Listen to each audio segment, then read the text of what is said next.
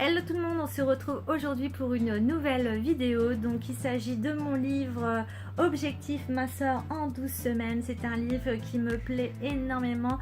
C'est comme un bullet journal, donc je l'explique déjà dans les deux premières vidéos. N'hésite pas à les regarder. On a vu déjà quels sont les types de profils auxquels on appartient et aussi on a vu comment mettre un plan d'action par rapport à notre équilibrage alimentaire. Et aujourd'hui j'avais envie de te parler des 8 règles d'or. Donc je vais te partager un peu ce que l'auteur a dit dans son livre. Donc n'hésite pas aussi à acheter ce livre pour le suivre avec moi. Donc c'est aux éditions Solar, il coûte 9,90 € et je l'ai trouvé à la Fnac, mais vous pouvez le trouver aussi dans pas mal de points de vente.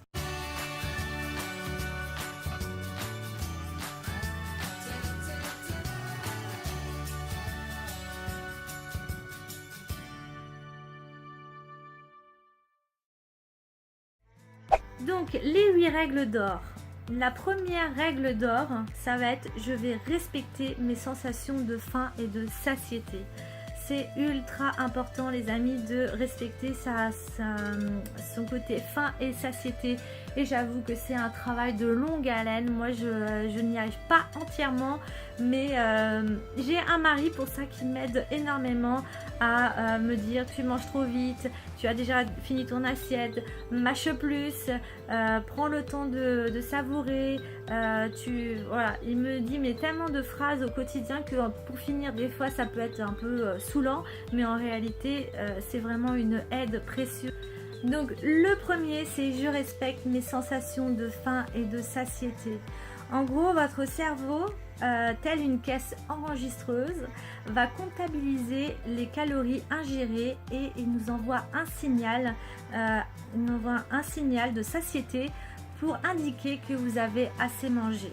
Donc on dit qu'il y a normalement 20 minutes entre le cerveau et la satiété. C'est pour ça qu'il faut manger lentement. Et cela ne peut se faire que si vous êtes bien concentré devant votre repas, donc sans télévision, sans tablette, sans portable, sans tout ce qui nous empêche en fait de nous concentrer à notre assiette. On va commencer par bien mastiquer chaque bouchée pour apprécier pleinement le repas. Donc si la faim s'invite pendant le rééquilibrage alimentaire, l'estomac à lui va s'adapter, va se rétrécir en quelques jours et du coup la sensation de faim va s'estomper assez vite. Donc ça c'est une bonne nouvelle. La deuxième règle d'or, c'est je structure mon alimentation. 3 repas semblent l'idéal pour couvrir tous vos besoins de l'organisme en protéines, acides gras essentiels, vitamines, oligo-éléments, composés, antioxydants. Mais nous sommes tous différents et parfois nous avons besoin d'y ajouter 1 à 2 collations par jour. Cela est tout à fait donc possible dans la mesure où les repas principaux sont adaptés en conséquence. Il va falloir bien varier les repas pour avoir un maximum de vitamines et de minéraux. Et vous allez suivre tous les fruits et légumes de saison. Donc il y a un petit tableau un peu plus loin de tous les fruits et légumes de saison de printemps-été. Le troisième point, un point ultra important les amis, c'est le grignotage. Le grignotage, en général, quand on a envie de grignoter, on va pas aller vers une carotte ou un radis. On va aller vers ce qui est le plus riche et gras. Donc là, il va falloir vraiment lutter contre le grignotage. Et l'auteur dit qu'on grignote souvent pour calmer un stress ou une angoisse, ou tout simplement parce qu'on s'ennuie. Du coup le grignotage arrive et donc ces calories vont s'ajouter à celles qu'on a à tous les repas qu'on a dans la journée, donc ils sont comme un malus et donc ils vont être directement stockés dans des graisses de réserve. C'est une prise de poids assurée. Donc je vous invite à voir aussi une vidéo qui s'appelle c'est une vidéo de Esther, donc c'est une youtubeuse qui a parlé par rapport elle était obèse, de pourquoi elle grignotait et moi cette vidéo m'a beaucoup plu. Donc je vous mettrai en barre d'infos sa vidéo et je vous conseille d'aller la voir. Vous allez comprendre que quand il y a un grignotage, se poser des bonnes questions, notamment du stress, comme elle dit, de l'ennui et des angoisses. Quatrième règle d'or, ça va être je limite les sucres raffinés. Alors ça c'est ultra important.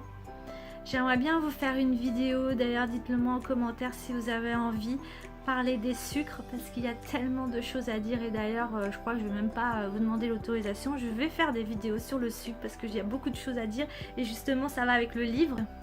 Écoutez-moi bien.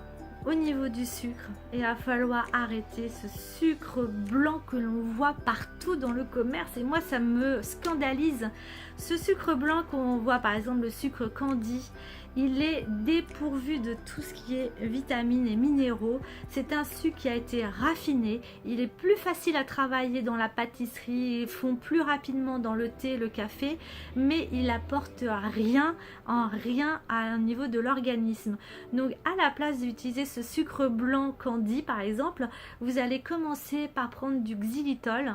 Et ensuite il y a quoi? Du sirop d'agave, du miel, du sucre de coco. Donc ce sont des sucres à IG bas. Parce qu'en fait ce que le sucre blanc fait, c'est qu'il va vous déminéraliser votre organisme. C'est-à-dire que l'organisme a besoin de minéraux et il va aller chercher dans les dents, dans les ongles, dans les cheveux.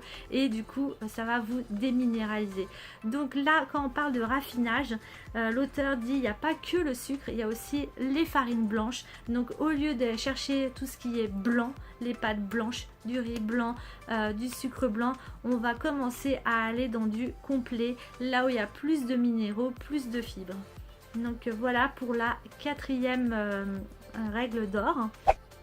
Cinquième règle d'or, donc on va commencer à choisir les bonnes graisses et les consommer sans excès. Donc même s'il n'y a pas vraiment de mauvaise graisse, puisque toutes les graisses ont une fonction, vont apporter quelque chose à l'organisme, mais là on va en l'occurrence arrêter tout ce qui est les graisses saturées, notamment on va les trouver dans la charcuterie, dans la viande et dans le fromage. Et elles sont présentes partout et on en abuse souvent. Et du coup on va privilégier les graisses qui sont insaturées, notamment des graisses végétales qu'on va trouver dans de l'huile d'olive, dans de l'huile de colza. On va consommer des avocats, des noix, des amandes qui sont donc des graisses insaturées, mais attention à pas en abuser, à en avoir en excès. Donc ça c'était le cinquième point. La sixième règle d'or, et moi ça j'essaye de l'appliquer le plus souvent possible, c'est le fait maison.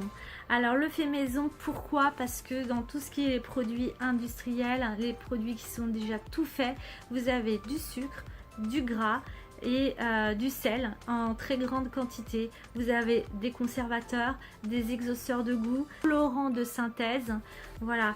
Et du coup rien n'est meilleur que tout ce qui est fait maison, puisque là du coup vous contrôlez ce que vous avez dans votre assiette et vous enlevez en fait tout ce qui est mauvais et vous allez gagner en nutriments et du coup ce sera nettement meilleur. Donc vive le fait maison. Je sais qu'il faut s'organiser, qu'il faut que tout le monde n'a pas forcément le temps, mais plein de vidéos vous prouvent que en un quart d'heure vous pouvez avoir quelque chose de fait. Et d'ailleurs il y a plein de vidéos sur ma chaîne de recettes un peu des recettes saines que je fais, donc n'hésitez pas à aller voir mes vidéos sur les faits maison. Septième point, donc je bois de l'eau au quotidien.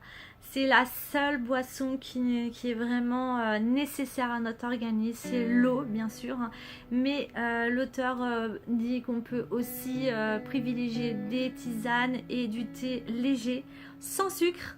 Donc je sais que c'est dur pour certains d'arrêter le sucre, mais je vous promets, commencez à mettre moins de sucre, voire zéro sucre. Vous allez voir au bout d'une semaine, 2 semaines, vous allez plus du tout reconsommer du thé sucré ou des tisanes sucrées. Moi à l'heure actuelle je pensais que ça allait être impossible dans ma vie, c'est de boire du café sans sucre, et aujourd'hui j'y arrive et je bois que ça, du café sans sucre. Donc le café n'est pas pas considéré dans les boissons, mais en tout cas il faut éviter tout ce qui est soda, les jus de fruits, parce que les jus de fruits, il y a énormément de taux de sucre dans les jus de fruits, et le café aussi est à limiter. Donc voilà pour le 7e point. Le dernier point, ça va être je me fais plaisir régulièrement, ce qui est ultra important, notamment psychique, mais aussi le corps, et on a besoin qu'on soit pas, ça va l'aider à pas être stressé. Donc on peut s'autoriser un cheat meal de temps en temps. Donc ce sont des repas joker que on peut manger, et on se fait plaisir en respectant simplement la sensation de satiété. On revient, et de temps en temps. Donc on peut se faire un repas plaisir une fois par semaine par exemple. Donc on peut se faire une petite parenthèse dans notre programme minceur.